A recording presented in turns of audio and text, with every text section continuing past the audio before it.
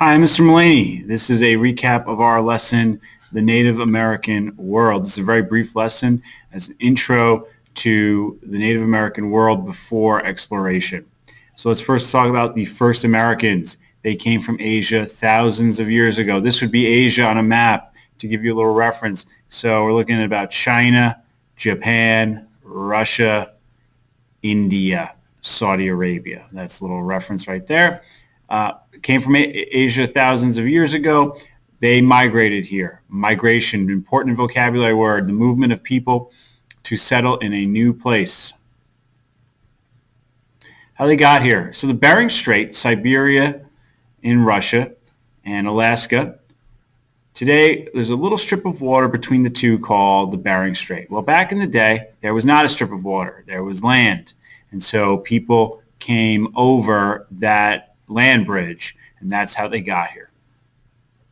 Native Americans, they adapted to the environment in which they settled. They were all over this continent and South America. Lots of different kinds of continents, and so different cultures, different traditions arose in response to the environments that different tribes were in. Now, we're going to talk about some things that by and large Native American societies had in common. They were very distinct and different. But what we're going to talk about here are just the through lines, the things that most of these societies had in common. First of all, they had kinships, family relationships. They were organized into clans, which means groups of families descended from one common ancestor. They shared common religious beliefs and passed beliefs and traditions through oral histories. And lastly, barter and trade, a shared tradition.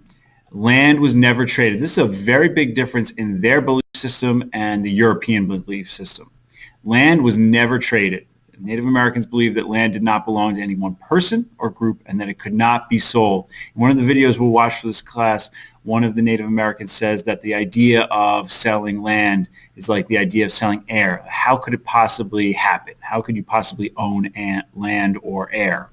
Well, in the European system, owning land is very much a part of it, and that will be a big conflict with the Native Americans. So that's a recap of our very brief lesson on the Native American world.